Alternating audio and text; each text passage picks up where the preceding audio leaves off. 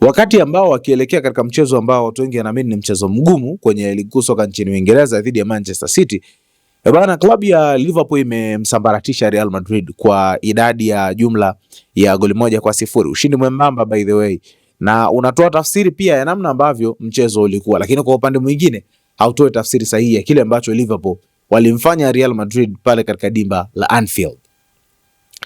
Jambo la kwanza ni namna ambavyo klabu ya Liverpool ilifanikiwa kwa kiasi kikubwa sana kumtawala Real Madrid katika mchezo ambao ulihusisha wachezaji wakubwa sana.